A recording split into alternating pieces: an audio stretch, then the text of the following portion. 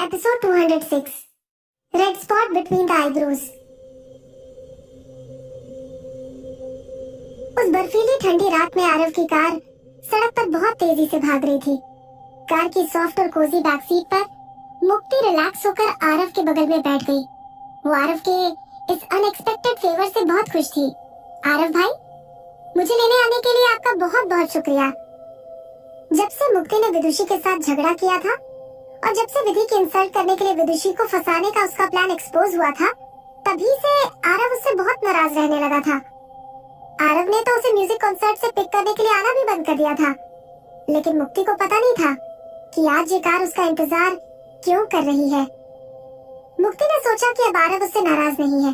वैसे भी वो तो विधि की इकलौती छोटी बहन थी और अपने इस ट्रम्प कार्ड के होते हुए वो चाहे कितनी भी बड़ी परेशानी क्यों ना खड़ी कर दे, लेकिन आरव उसे कभी भी बुरी तरह से नहीं डांटेगा।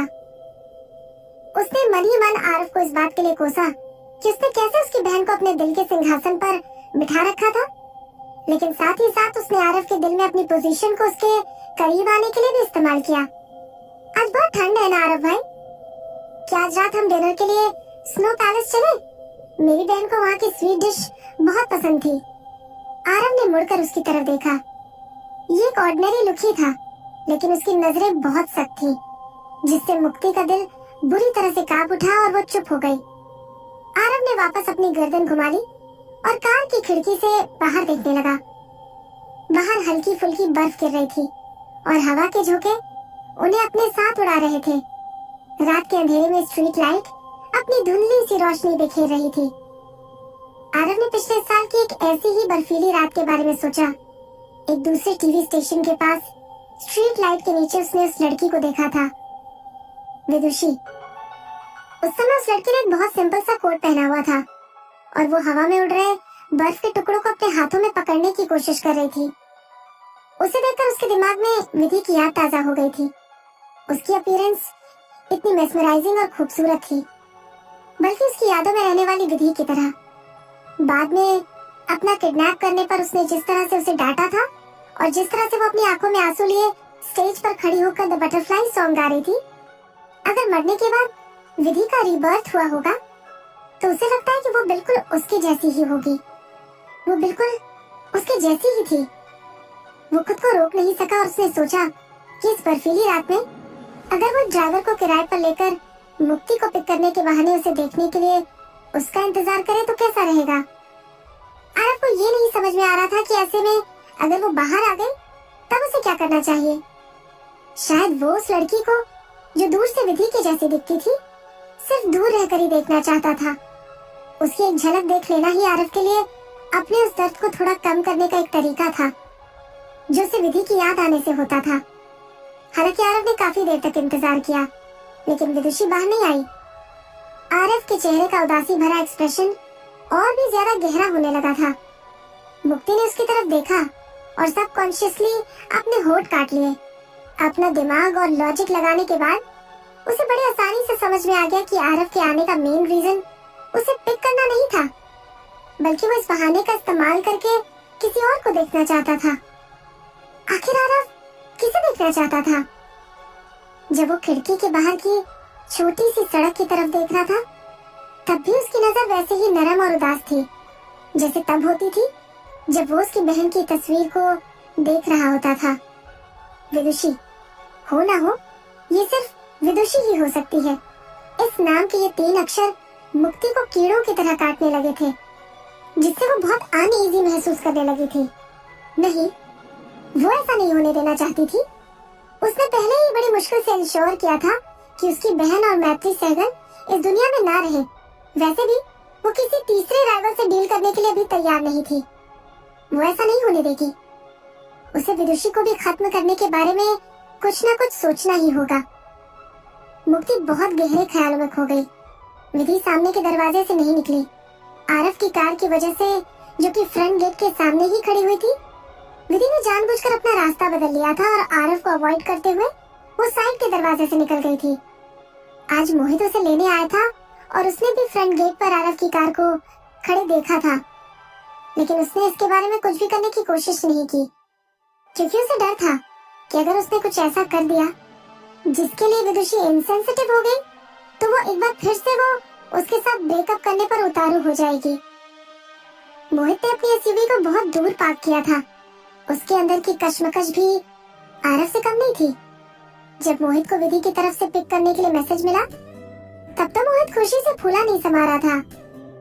आरव कपूर, उसने सोचा, तुम तो एक बेवकूफ की तरह फ्रंट गेट के सामने जाकर इंतजार करते रह गए। मेरी विदुषी ने तो तुम्हारी जरा भी परवाह नहीं की। विदुषी मेरी है, सिर्फ मेरी। उसे पिक करते ही मोहित ने प्यारी सी धुन गुनगुनानी शुरू कर दी। दोनों ने हल्का फुल्का खाना खाया और एक साथ अपने अपार्टमेंट में लौट आए। तभी अपार्टमेंट का सिक्योरिटी ऑफिसर सिल्क से ढकी हुई एक चीज लेकर आया और कहा, भाटिया सर और मिस शर्मा के लिए ये गिफ्ट आया है। इसमें कोई सिग्नेचर नहीं है। वाकई में फैंस भी ना, देखो ना, ये इन्फॉर्मेशन निकालने में भी कितने माहिर हैं। अब तो वो ये भी जानने लगे हैं कि मैं अभी कहाँ रहती हूँ। इसे मेरे अपार्टमेंट में ले जाइए, मैं इसे बाद में देख लूंगी। मोहित के साथ रहने और डिनर करने के बाद वो बहुत रिलैक्स फील कर रही थी। ये सोचकर कि पिछले कुछ दिनों से मीडिया रिप्रेजेंटेटिव्स कैसे उनके रिलेशनशिप को एक्सपोज करने में लगे हुए थे, उसके होठों पर एक मीठी सी मुस्कुराहट आ गई। किसी को खुलकर डेट करना वाकई में उसे अच्छा लगने लगा था। मोहित भी उसके अपार्टमेंट में आ गया और कहा, इसे मैं भी देखना चाहता हूँ। सिक्योरिटी ऑफिसर उस गिफ्ट को विदुषी के अपार्टमेंट में रखकर वहाँ से चला गया। मोहित और विधि ने जल्दी से एक साथ उसमें से रिबन हटा दिया और वो चीज सामने आ गई। ये एक ऑयल पेंटिंग थी। उस पेंटिंग में स्ट्रोक्स बहुत स्ट्रॉन्ग थे और वो पेंटिंग बहुत कलरफुल थी। वो पेंटिंग एक शांत बर्फीली रात की थी। उस पेंटिंग में एक काली रोल्स रॉयस किसी भूत की तरह हल्की रोशनी के नीचे खड़ी थी। उसके पास ही एक बिल्डिंग के सेकंड फ्लोर पर एक कांच की खिड़की के सामने, जो कार से ज्यादा दूर नहीं थी, एक घबराई हुई लड़की चुपचाप खड़ी उस कार को देख रही थी। उस लड़की के चेहरे पर उदासी छाई हुई थी। उसने अपने हाथ में एक कार्ड पकड़ा हुआ था जिसमें एक तितली का स्केच बना हुआ था। उस पेंटिंग के चारों तरफ टूटे हुए गुलाब की पंखुड़ियां बिखरी पड़ी थी। विधि जोर से चीख पड़ी। उसके हाथ से पेंटिंग छूटकर जमीन पर गिर गई और उस पेंटिंग पर लगा लकड़ी का फ्रेम खुल गया। ये तो आज रात का ही सीन था। जब वो उस कार को देख रही थी, तब कोई उसे देख रहा था। विधि पसीने से पूरी तरह भीग गई थी और उसके दिल में बुरी तरह से डर बैठ गया था। मोहित भी साफ तौर पर परेशान दिखाई दे रहा था। वो उस ऑयल पेंटिंग को और ज्यादा बारीकी से देखने के लिए अपने घुटनों के बल बैठ गया था। जैसे ही उसने अपनी उंगलियों से लकड़ी के फ्रेम को पकड़ा, उसके टूटे हुए कोने ने उसकी कहानी को एक्सपोज कर दिया।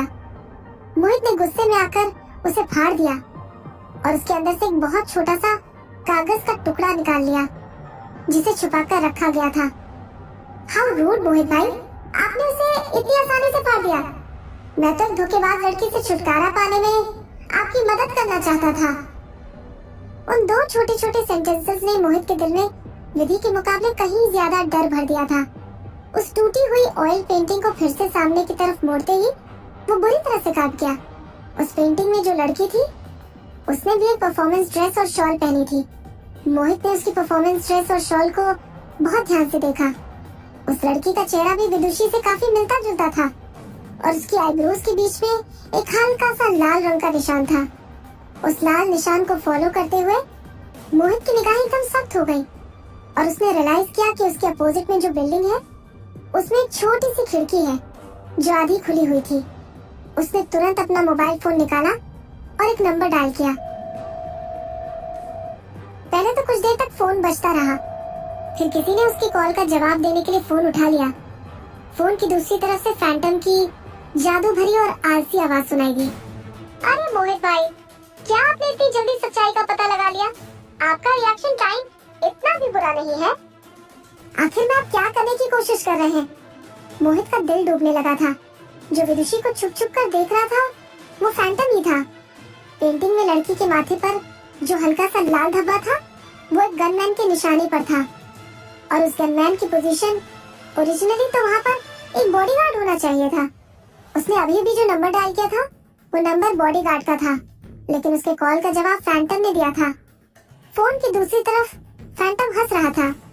घबराओ मत मेरे प्यारे भाई, आपकी ये छोटी सी गर्लफ्रेंड सचमुच में बहुत प्यारी है। मैं तो सिर्फ उसकी पेंटिंग बनाने के लिए एक बेहतर पोजीशन ढूंढने की कोशिश कर रहा था। और वैसे मैं अपने निशाने की प्रैक्टिस भी करना चाहता था। जिसने उसे निशाना बनाया वो कोई और नहीं, मैं ही था। तुम्हें क्या लगता है, मेरी स्किल अभी भी कम नहीं हुई है ना? सिर्फ 875 मीटर की दूरी। अगर मैंने गोली चला दी होती तो धमाका हो जाता। फोन काटने के बाद मोहित साफ तौर पर बहुत अपसेट लग रहा था।